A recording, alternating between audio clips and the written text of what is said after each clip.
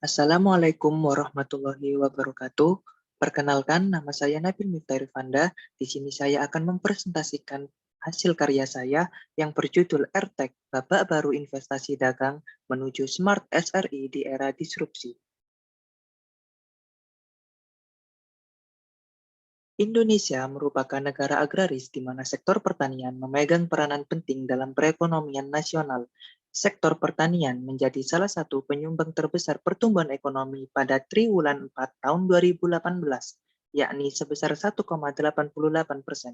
Peninjauan kinerja sektor ini dilihat dari tingkat pertumbuhan, kontribusi terhadap PDB, daya beli petani, dan nilai ekspor produk pertanian. Salah satunya adalah tanaman padi yang menyumbang sebesar 54,60 juta ton dan menjadikan Indonesia sebagai negara ketiga penghasil beras terbanyak di dunia. Pada musim kemarau, angka produksi padi mengalami penurunan sebesar 4,6 juta ton pada tahun 2019. Hal ini disebabkan adanya climate change karena sektor pertanian sangat bergantung pada kondisi alam dan iklim, mulai dari ketersediaan air, ketersediaan listrik, dan kualitas tanah.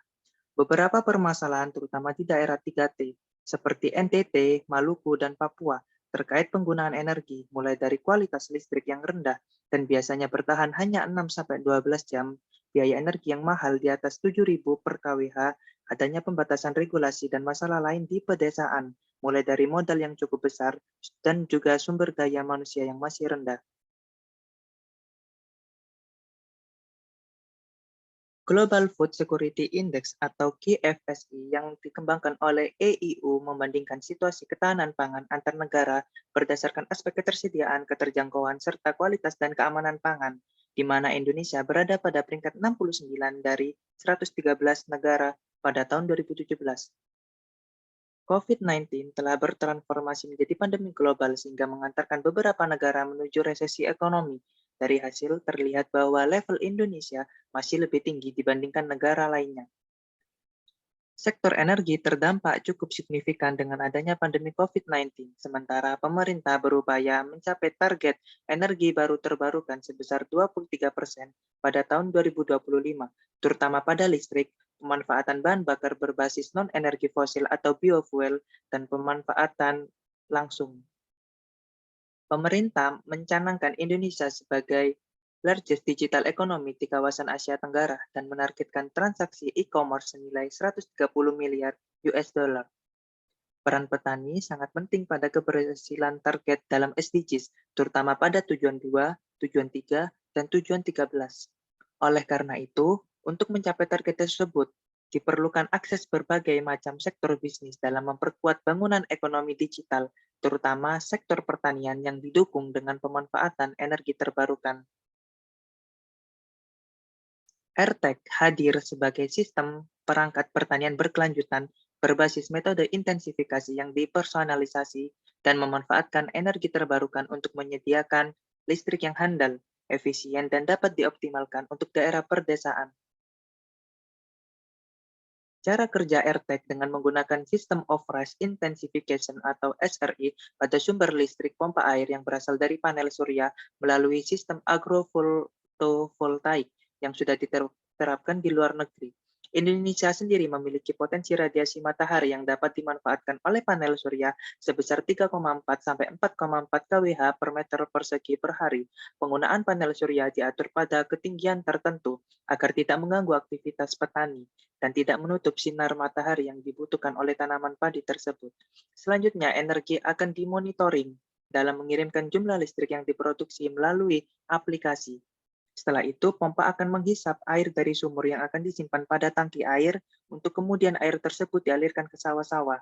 Sistem ini juga dilengkapi dengan aplikasi ICCAT-GIS, yakni Integrated Quality Control Agroteknologi Geographic Information System, pada telepon genggam yang menampilkan menu-menu tentang pertanian, besaran listrik yang dibangkitkan, dan menampilkan fitur pembukuan untuk petani, sehingga pemerintah daerah bisa memonitor berapa transaksi yang dikeluarkan setiap harinya.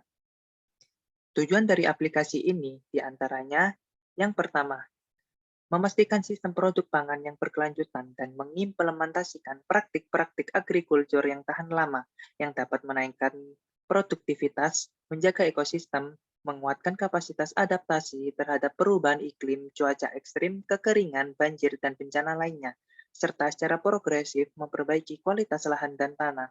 Yang kedua, menaikkan investasi termasuk melalui kerjasama internasional yang diperluas dalam hal infrastruktur, pedesaan, penelitian pertanian, dan pengembangan teknologi dalam upaya untuk meningkatkan kapasitas produksi agrikultur, terutama di negara-negara berkembang.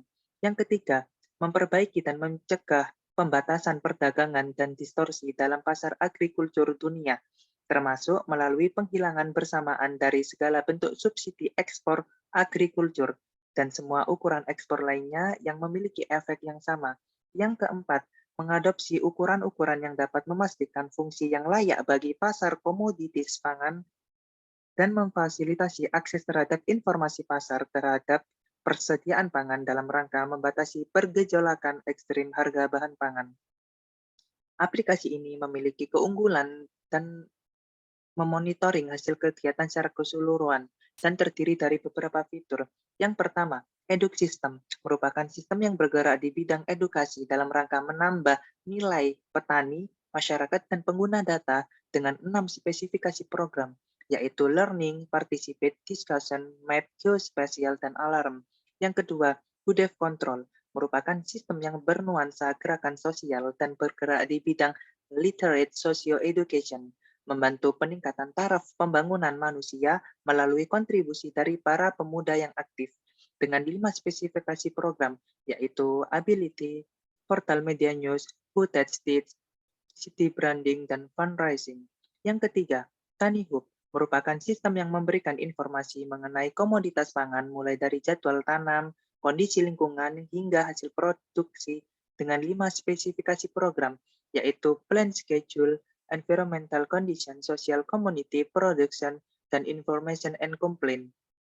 Yang keempat, Airtectron merupakan fitur yang menjelaskan tentang kondisi tenaga listrik pada pompa air yang tersambung dengan pemanfaatan drone dengan bantuan teknologi citra satelit pada UAV dengan 3 spesifikasi program yaitu Checking, Prepare, dan Measure. Dan yang terakhir adalah Marbus OIA, merupakan fitur yang menjelaskan tentang marketing, business opportunity, investation analysis, dan bergerak di bidang e-commerce dalam rangka mengetahui komoditas pangan apa yang mereka inginkan dan bagaimana tren dari perbandingan harga pasar dari suatu komoditas pangan tertentu dengan 5 spesifikasi program yaitu analisis, trend, comparison, investation, dan transaction. Adapun pihak yang terlibat dalam perancangan AirTech, yang pertama BPPT sebagai lembaga yang mengkaji masalah-masalah teknologi secara mendalam dan menyeluruh agar penerapan teknologi memberikan manfaat bagi kepentingan bersama, khususnya dalam rangka mengembangkan sektor pertanian.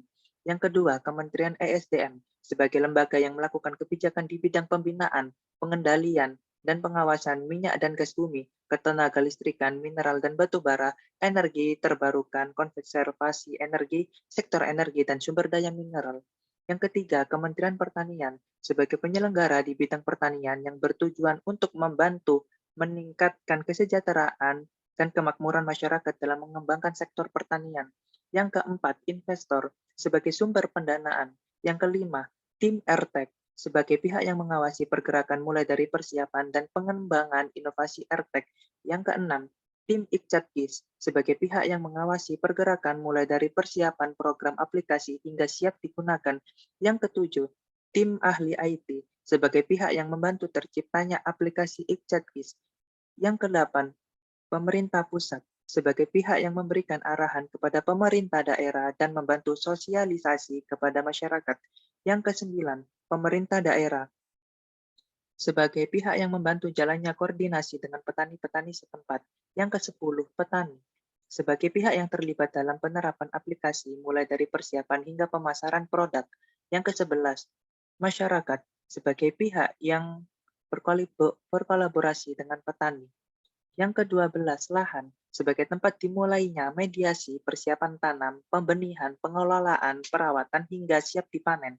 Yang ke-13, Kementerian Perdagangan sebagai pihak yang membantu memberikan kebijakan tentang informasi pasar, update harga, dan ekspor hasil pemasaran produk. Dan yang terakhir adalah Kementerian Luar Negeri sebagai pihak yang membantu menyelenggarakan urusan pemerintahan, terutama kaitannya dengan urusan yang berkenaan dengan hubungan luar negeri dan membantu pemerintah dalam mengatasi urusan negara.